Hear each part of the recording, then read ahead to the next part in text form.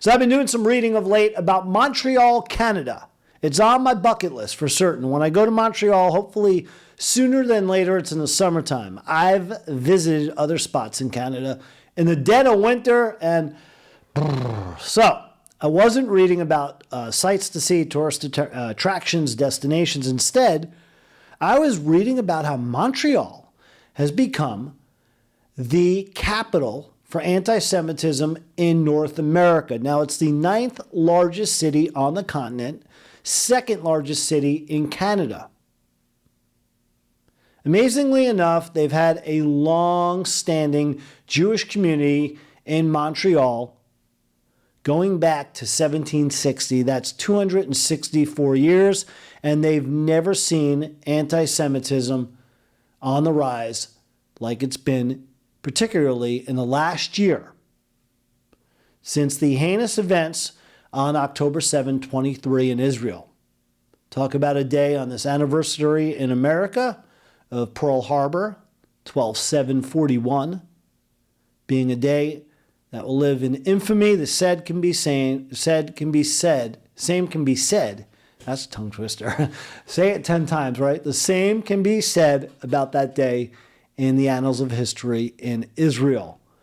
Now, anti-Semitism and all sorts of incidents have been reported the last year, with a 640% increase in the country of Canada. Amazing. Now, Montreal has seen a sharp increase, a record increase, like other cities in Canada. There you see that slide. This past year, with incidents that have included bomb threats to Jewish schools, synagogues, Jewish community centers, several incidents including harassment, vandalism, graffiti, like ones like this, the swastika painted on the stone, throughout the country of Canada and in Montreal. Now, everything came to a head a few weeks ago in Montreal. There were NATO meetings the third week of November. On November 21 and 22, things got out of hand. What was supposed to be protest. Of course, what do protests mean nowadays anywhere? From America, Canada, across the globe, riots. And that's what happened as the protest turned into riots. They were organized by a group called Divest for Palestine. I'm sure you heard of them before. I have. Word is they were willing to pay folks $50 to come on out to the protest and help stir the straw. In other words, they pay provocateurs to help the professional provocateurs pull off their operation. And here's what went down in Montreal. Take a look. You had glass being broken, smoke bombs ignited, cars torched. The police came out in riot gear. They fired rubber bullets to calm down the crowd, who at one time even burned an effigy of Benjamin Netanyahu. Things got ugly. It became a pro-Palestine protest, an anti-Israel riot. And Montreal has seen its fair share of this. Look at this slide. This is just how the incidents were reported, as I said a moment ago, from October 7th, 23, through the middle of November 23 a year ago. And things have not slowed down. And the governments in Canada, from the federal to the regional and lower levels, they've turned a blind eye. From the Prime Minister, what do they call him? Castro Jr., Justin Trudeau. What was he doing while Montreal burned? He was enjoying a night out at the Taylor Swift concert. The PM became a Swiftie as Montreal was in chaos. The local officials, the police chief, and the others in charge, the mayor, they dismissed it. Were not anti-Semites involved. It was just a protest against the NATO meetings. Meanwhile, take a look at this wackadoodle right here, this anti-Semitic piece of filth. And give you some backstory. She's marching around proudly with the Nazi salute, then started opening her big trap, had this to say. Final solution is coming your way. Now, they were able to identify her. And interestingly enough, she's the franchisee of 2 top-of-the-cup franchises located in all places in the Montreal Jewish General Hospital. Sorry, it's not top of the cup, it's second cup. And I've had second cup before, like a Dunkin' Donuts, pretty good stuff. You talk about having a great job. Almost makes me want to go to Montreal to see if they give me the franchises to run as the franchisee.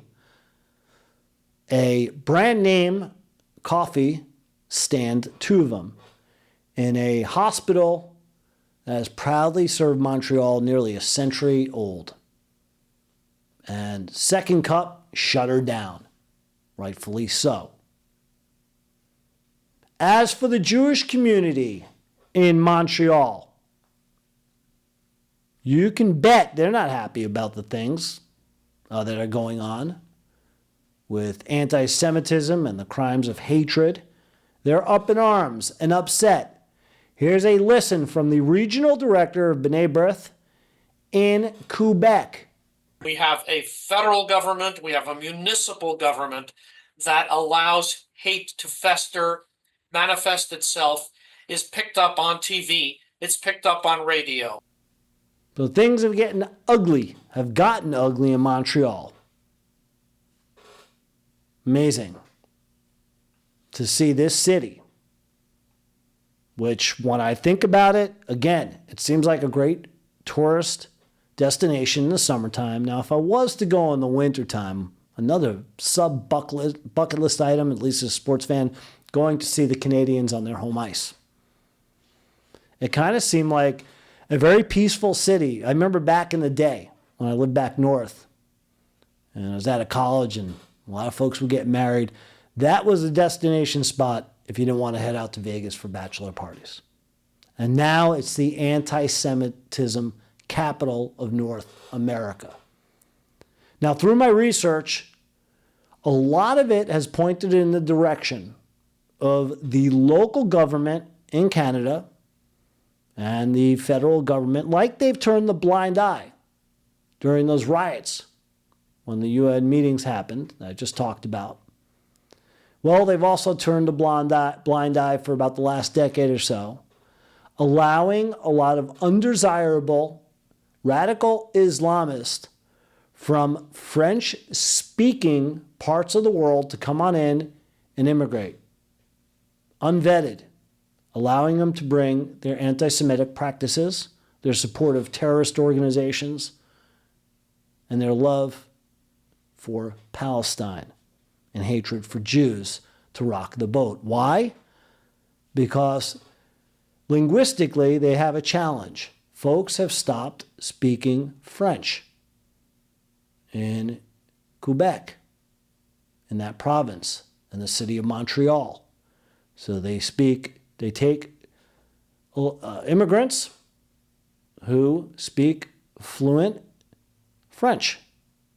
And they feel like if they, again, turn the blind eye, come on in, we'll see about you becoming a citizen, won't worry about any other parts of what you bring to the table, what baggage you bring, because you speak French well, and you can continue the linguistic tradition around that culture in your city, province, and local communities. How about that?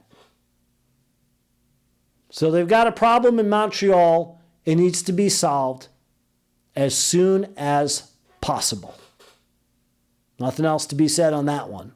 Anti-Semitism, no room for it anywhere. North of the border, south of the border, No room for any such city to be named the anti Semitic capital of any continent. End of story.